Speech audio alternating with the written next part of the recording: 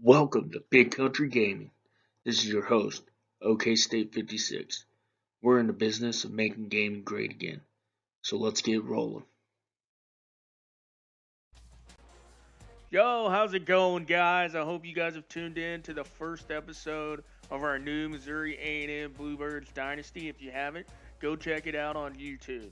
Today, I'm going to show you guys all about the depth chart, introduce you to the new players, and then we'll show the recruiting board. Currently, we're in the preseason of 2014. I'm going to show you the schedule at the end of the stream, and then we're going to get started. We've got week one coming up. It's coming up fast. So let's go ahead and get checking this out on the depth chart.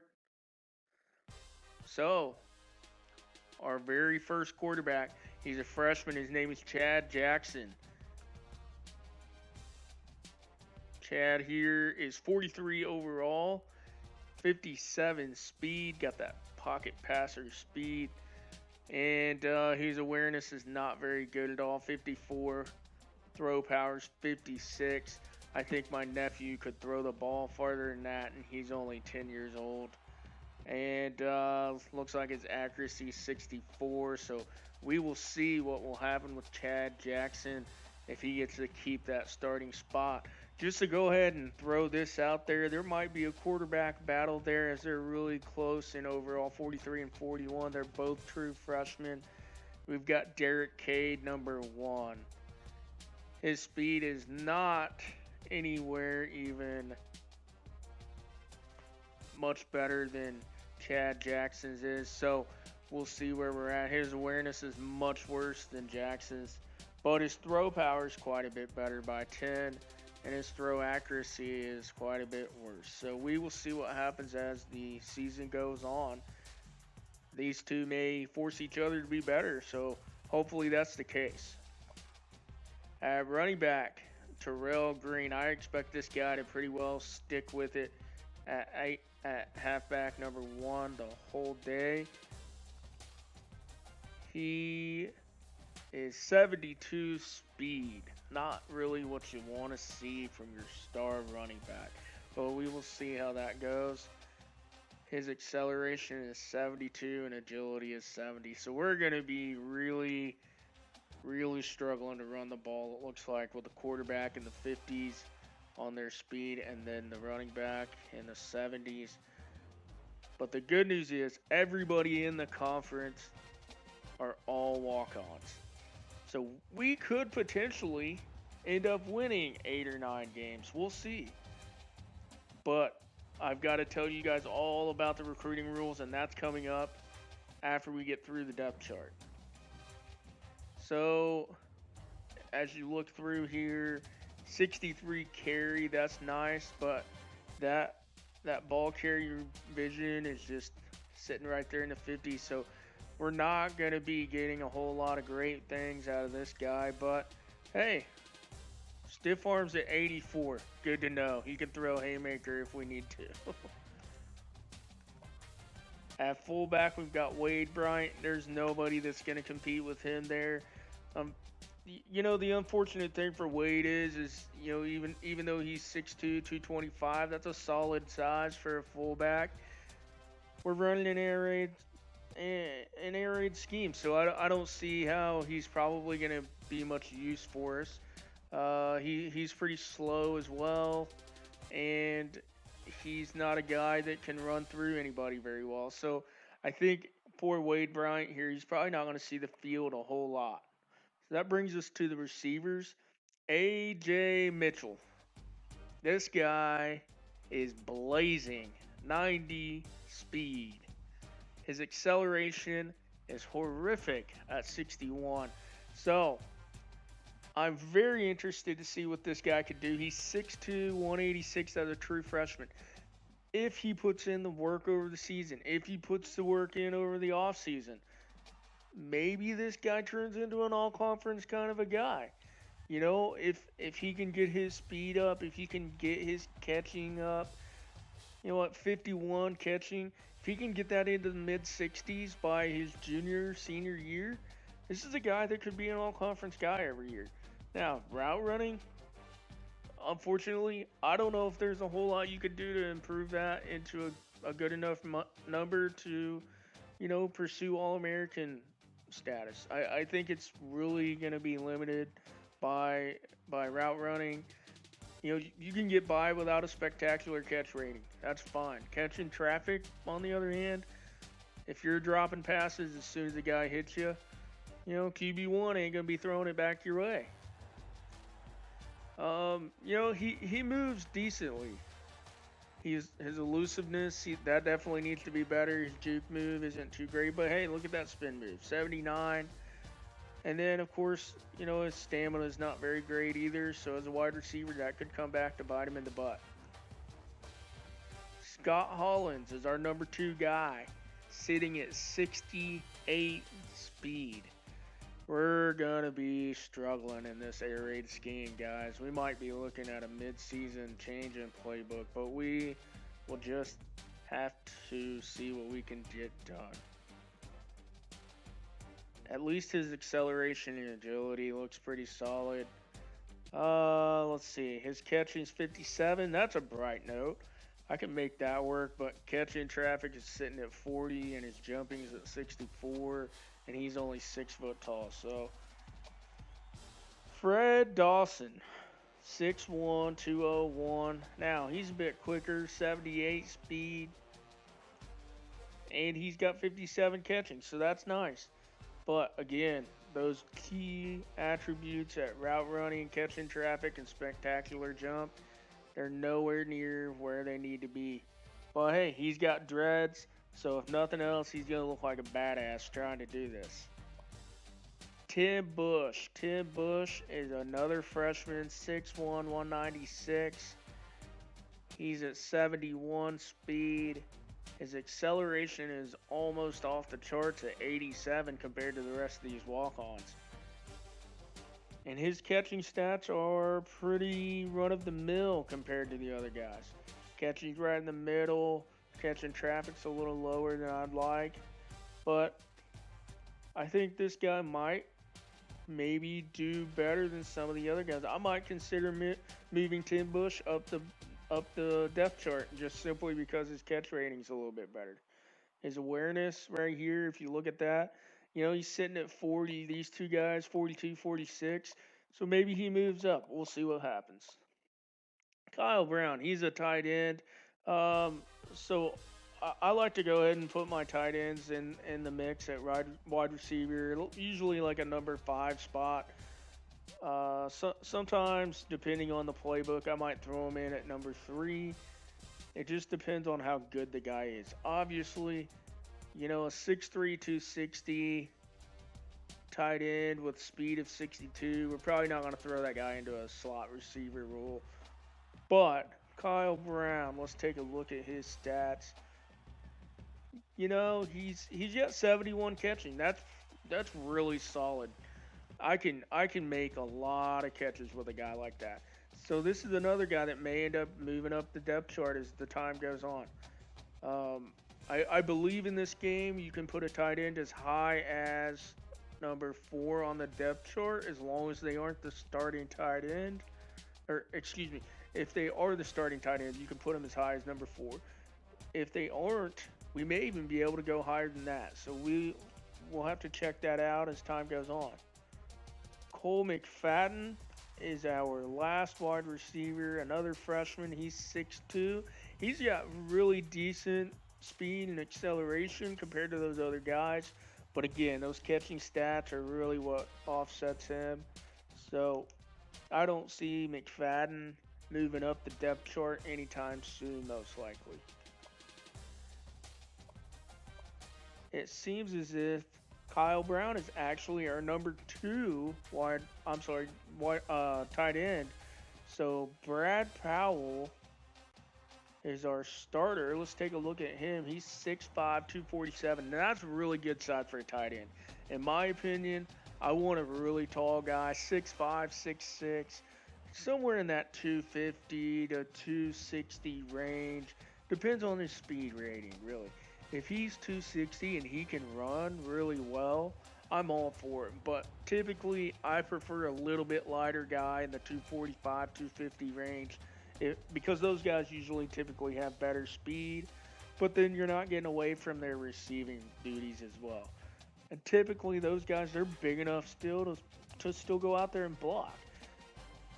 Brad Powell here, Brad Powell here, he's, a pretty average tight end blocker maybe. 51 pass block, that's pretty much what I would expect. Run blocking, I'd like to see maybe a little bit better, more close right at there at 60. And then it doesn't show, well, there's his impact blocking at 61. I'd like that to be probably, in an ideal world, like 65 to 70 in there. So we'll see how that goes. He's likely going to be a blocking guy more than anything, especially being tight end one and not being in the wide receiving core. But he's got really good route running, so we may end up switching him and Kyle Brown out at the wide receiver wide receiver core. We'll see how that goes. John Bates is our starting left tackle. He is 6'4", 320. That's pretty much right where I like to have my left tackles. Big guys, tall guys, still quick, agile, acceleration 66, 71, agility. The thing that's really going to hurt him is that awareness is at 43. His pass blocking 55, his run blocking is 60. I would definitely prefer to have that probably all across the board around 65 or higher. But the great news is he's at 70 on his impact blocking. So things down the field, he might be pretty good at getting to. Marcus Thomas. That's a big old left guard. 6'5", 302. Love to see that. He's a pretty slow guy comparatively to our last one. His awareness is better, sitting at 55, but still quite a bit too low to be on the left side of the line. Pass block 55, not where you want to see that. And then impact blocking is at 47. That's atrocious, especially on an interior lineman. You're going to be making all kinds of blocks on those linebackers and maybe even some defensive backs downfield, depending on the blocking scheme and the defensive front. So I hate to see that number on an impact blocking. Brian Davis is our starting center. He is 6'2", 299, and it's more of the same. 60 pass block, 61 run block, 58 impact blocking. Tell you the truth, he might be able to get away with that as a center simply because, I feel like a lot of teams, let's see, most of the teams in the conference are running a 4-3. So he's going to be doing a lot of zone schemes, which means typically that guard is going to let him overtake the defensive tackle, and then he's going to move on to the second level. So the impact blocking might not come into play as much with that center. At right guard, we've got Eric White, 6'3", 280. He moves decently well. He's got pretty good pass block. I like that. 68, I can deal with that. Run blocking 56. We'd like to see that higher. But man, as an interior lineman, I really believe like that impact blocking should be a lot higher. 45 is pretty atrocious. And lastly, on the offense, John Wise. We are not too bad at moving. 64 speed, 74 acceleration. His awareness is not real great for a tackle, but look at those the pass blocking, run blocking, and impact blocking skills. I mean, 58, 67, 72. Those are definitely things we can work with. So now on the defense, we've got James Barbour. He is a 6'2", 255 freshman. He's a pretty slow defensive end at 59 speed. His power move and finesse moves in the 60s. I think those are pretty doable. Tackle at 60. Definitely would like to to see that tackle up near 70, but this might be pretty doable. The only real big issue I see with him is how slow he is, especially for hit power at 55. I mean, if you're going to be a slow guy, at least hit really hard. On the other side of the ball, Drew Levine. Drew here is 6'3", 246. So both of our defensive ends are pretty smaller guys. And they're both kind of slow. I mean, he's only 62 speed. However, his actual defensive moves are not too bad. I just really hate that he is 49 on tackle. 49 on tackle. That's going to be tough. If he's chasing around a quarterback, that quarterback might be able to slip right out from his grips. At defensive tackle, we've got Kyle Norman. Kyle here is 6'1", 286. That's okay size. I would prefer maybe closer to a little bit more like 6'2", 6'3", in the 300-pound range, but I'll take it.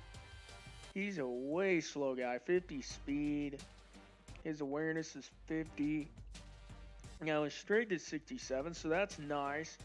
But again, looking at this issue with the tackle ratings, the power move, finesse move, block shedding, all those being in the 60s, I think those are doable. But again, that tackle rating's got to be better. Steven West. I got to tell y'all, dreadlocks are my favorite thing on defensive linemen. I love it. I think that those guys look like total badasses when they get a sack, and then, they do some kind of their dance after they've done the sack, and you got the dreads flying everywhere. I think it looks really badass. So Steven West here, 6'5", 286. That's what I really want to see out of some defensive linemen. Big, tall guys, maybe a little bit slimmer if they're real tall. That's fine. Speed 50. For a guy that's 286 and he's 6'5", I would really like to see that a lot taller. Strength-wise, 64. I can deal with that. And then tackle 61, but this guy, he ain't got any moves on the line. 50, 47 on his power and finesse moves. And then block shedding's at 64. So those are our two starters on the line. At left outside linebacker, it looks like we've got another freshman here, Matt Brown, 6'2", 210. And he's got really good speed there for a walk-on guy at 74. Acceleration's 82. Not very good awareness. That's okay. Tackles 59. Pretty low. Looks like he's more of a probably coverage guy. It says zone coverage 60, man coverage at 57. Power moves are in the 40s, finesse move 50. So I'd say he's more of a cover outside linebacker. I hope he can get some interceptions. Although his catching's only 52, so I'm interested to see how he does. We are running a 4-3. I don't know if I mentioned that. So a 4-3, that means we're going to have two outside linebackers and then this middle linebacker here. So Joe Moss, 6'3", 231. Not horribly slow, but not super fast either. I would say just below average at 69 speed, especially considering that some of these running backs are in the 70s. I don't think that's horrible. The great thing is his acceleration is 89 and his agility is 86. So I'm pretty happy about that. Play recognition 47, man. If you're a linebacker, you got to have something better than that. If nothing else, that play recognition will put you in the right spot even if you're slow. So block shedding 61, pursuit 61. His coverage isn't super great. I don't know. I'm kind of on the fence about this guy. I don't know if he might be more of a balanced type linebacker, not really a coverage guy, not really a run coverage guy, but we'll see. We'll see how that turns out. I'm very interested to see what his not his archetype, but his tendency is. It doesn't say here in the depth chart, so I might have to look that up later. At right outside linebacker, we've got Demetrius McGee. That might be one of my more favorite names so far. And he's got okay speed at 70, acceleration 76, and does not look like he's very good in the run game, or not really all that good at the coverage game either. So seems like he's going to be more of a balanced type as well at outside linebacker. He's only 5'11", 220, so that may come back and hurt him a little bit, especially since his tackle rating is only 54. You definitely like to see a little bit more size on a guy who's going to play right outside linebacker. Or at least certainly bigger than 5'11", 220 is what I mean. All right, so let's take a look at our top three corners here. We've got Jay Patterson, 6'2", 206. Man, that is a fantastic size for a corner, especially for a walk-on guy. Good speed at 86. Acceleration is 91. Agility is 81. Man coverage, zone coverage, both in the mid to high 50s. Play recognition is pretty low at 49. Pursuit is 55. So this is a very middle of the pack guy, I would say. He may do well. We'll see if the press rating comes back to bite him in the butt at 41. He might be a guy that can step up and play some pretty decent zone coverage though. So I'm interested to see how he does in the conference. Matthew Bailey, 6'3", 190. Wow, we got some good sized corners here. I'm very surprised by this. 85 speed, 89 acceleration, 81 agility. These are better than most of our receivers.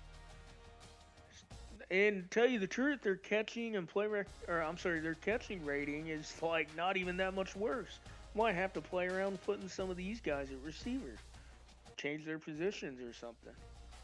Man coverage 59, zone coverage 57, but man, that press rate is at 41, so it looks like we may be running quite a bit of zone.